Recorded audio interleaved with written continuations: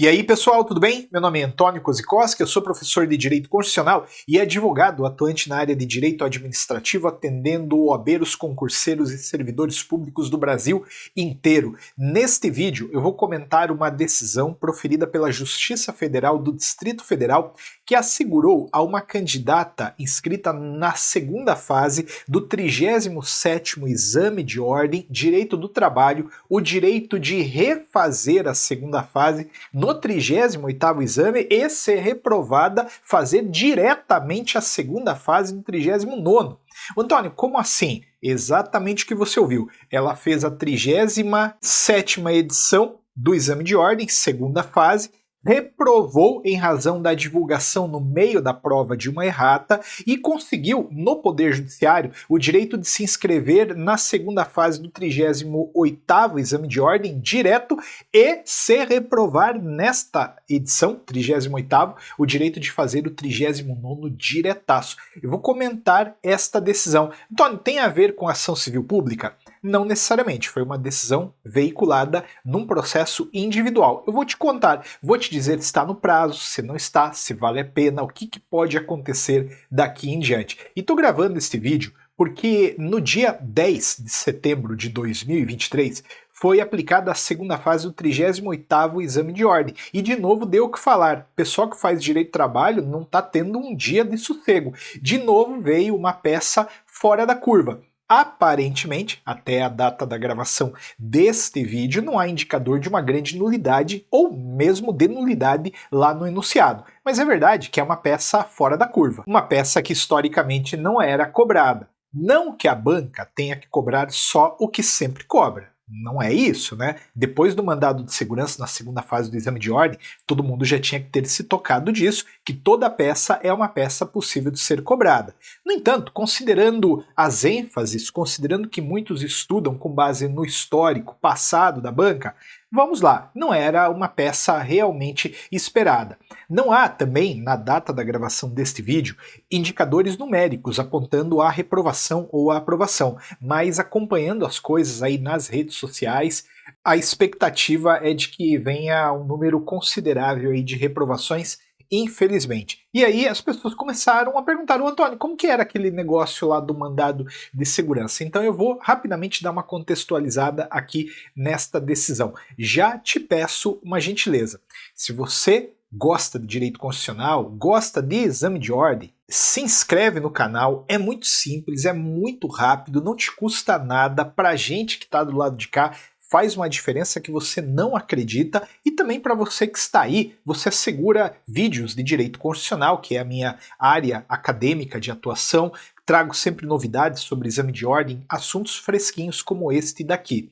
E também me segue lá no Instagram, Antônio Kozikowski, é o meu nome. E lá no Instagram também eu vou te pedir uma coisa, siga o perfil da professora Ayla, porque foi com a professora Ayla que a tese que eu vou te apresentar aqui neste vídeo virou uma realidade e assegurou para uma candidata o direito de fazer a segunda fase do 38º exame de ordem e se reprovar e fazer de novo o 39º. Antônio, mas como assim? Ela teve duas tentativas? Sim, realmente, eu vou começar a explicar o contexto da decisão. Você sabe, antes de qualquer coisa, que no meio da segunda fase do 37º exame em Direito do Trabalho, os aplicadores entraram com uma errata e apresentaram um elemento que impactava, ou não, segundo a OAB, a peça prático-profissional. A FGV sustentou que aquela errata não impactava lá na realização da peça. Eu até posso acreditar nisso, mas é fato que ali no meio a avaliação acerca do impacto ou não tomou tempo. As pessoas tiveram que parar o que estavam fazendo, e algumas já estavam fazendo a peça, para reavaliar o problema e ver se aquela informação era relevante ou não. Ainda que no final das contas não tenha sido, há de convir comigo, né? Que parar o que está fazendo para reavaliar a coisa à luz de um novo dado prejudica o andamento. Perde-se tempo com isso. E esse é o ponto. Muitas pessoas ficaram muito focadas na questão das atas. Ah, professor, tem que ter a ata, né, para mostrar quanto tempo a prova ficou paralisada. Eu não acho que a ata seja necessária, porque independe se parou 10 minutos, se parou 2 horas, como houve relato. É fato que apresentar no meio da prova um elemento novo impõe um dever de reavaliar tudo, e aí vai-se o tempo. E o tempo é o segredo. O edital fala que as pessoas têm 5 horas para fazer a prova. Se no meio apresentaram uma errata e te custou aquilo 1 minuto, já tem ilegalidade. Então não tem que ficar tão obcecado ou obcecada com quanto tempo a coisa ficou parada. Tem que focar, sem dúvida alguma, na errata em si. E foi com esse raciocínio, especialmente, que uma candidata conseguiu o direito de, reprovada, né, no 37º exame, refazer a segunda fase no 38º e, se reprovada no 38º, refazer a prova lá no 39º exame. Aí você fala, Antônio, mas aí ela ganhou uma chance a mais. Não, ela não ganhou, porque naquele 37º exame ela estava na primeira tentativa. Então, de nada adiantaria uma decisão, inclusive como o Ministério Público queria, assegurando-lhe o direito de ser inscrita na segunda fase do 38º. Pela repescagem ela já tinha esse direito. Então, o que foi pleiteado? Foi pleiteado isso, olha, ela já tem uma fase a mais para tentar por conta da repescagem. Então a gente quer uma por conta da errata, e nesse contexto ela ganhou o direito de fazer o 38º e ser reprovada no 38º, o direito de fazer o 39º direto. Eu vou ler aqui uns trechos da decisão para você ver. Só, naturalmente, eu vou ter que resguardar aqui algumas informações relacionadas à própria impetrante, mas, obviamente, se você quiser saber mais, me manda uma mensagem aqui nos links que estão disponíveis na descrição do vídeo e a gente vai conversando. Mas vamos à decisão. Cuida-se de mandado de segurança impetrado por pessoa, contrato com ator supostamente praticado pelo presidente do Conselho Federal e por aí vai, em que pretende provimento judicial em sede de liminar e no mérito para reconhecer a ilegalidade na aplicação da prova da segunda fase do 37º exame de ordem na área trabalhista, com a consequente autorização para que a impetrante possa participar do 39º prática trabalhista, caso reprovada no 38º. E aí, a decisão segue narrando um pouco daquilo que eu já tinha te dito. Ela pediu dessa forma por quê? Porque fazer o exame subsequente, no caso 38º, ela já tinha o direito em razão da própria repescagem. Ô, professor, mas então tem uma lógica diferente aqui, porque eu não estava na repescagem, eu já estava usando a segunda tentativa, então para você é só mais uma. Agora, quem estava na primeira tem a pensar como esta discussão aqui, o direito de fazer uma e outra. Mas é fato que, prosseguindo, perceba que o Poder Judiciário reconheceu que, da análise dos fatos e dos documentos juntados aos autos pela impetrante, verifica-se que, de fato, houve ilegalidade perpetrada pela banca examinadora ao informar uma errata durante a realização da prova prática de direito do trabalho, sem conferir aos candidatos a compensação necessária do tempo gasto por eles até ali, de forma desarrazoada, contrariando a norma editalícia constante no item 3.1.2, que estabelece que a prova tem que ter 5 horas. Então, pronto, né? É só isso que a gente precisa.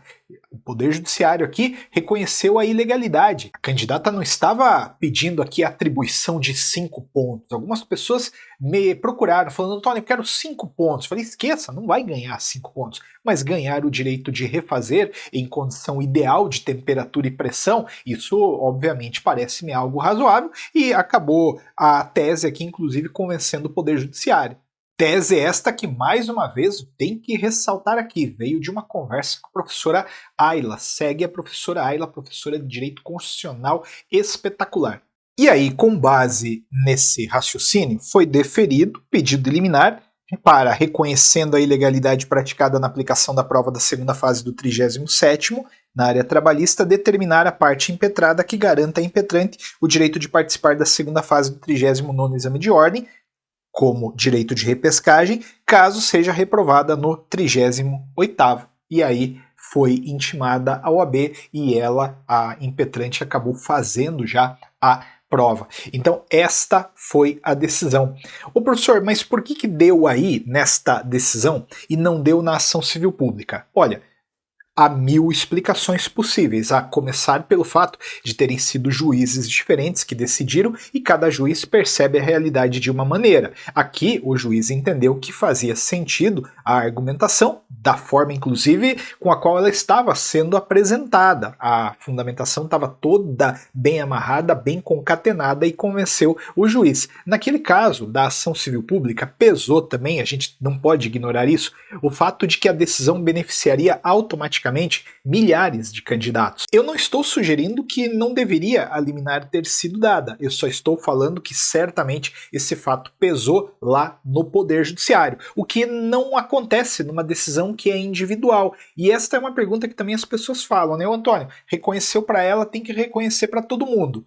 Automaticamente, não mesmo, não necessariamente, porque o Poder Judiciário, salvo uma outra decisão que escapa dessa regra, desta lógica, desta forma de aplicar o direito, entende que a decisão dada num caso vale apenas para uma pessoa. Isso tem a ver, inclusive, com controle difuso, né? Se você segue o canal e vê as minhas aulas de direito constitucional, sabe muito bem o que eu estou querendo dizer. O Antônio, então eu já sei, eu vou fazer o meu mandado de segurança. Então, tem que tomar um certo cuidado agora, porque esta prova ela foi aplicada lá em maio, né? Então tem que tomar um pouco de cuidado com as datas, data de divulgação do resultado, data de aplicação da prova, tem N variáveis que devem ser consideradas daqui em diante. E evidentemente o propósito deste vídeo é não esclarecer todas as dúvidas, até porque cada caso acaba sendo um caso. Pode ser que na tua sala tenham colocado isso na ata, pode ser que não. Pode ser que tenha havido ali um prazo maior de suspensão, pode ser que o prazo tenha sido menor.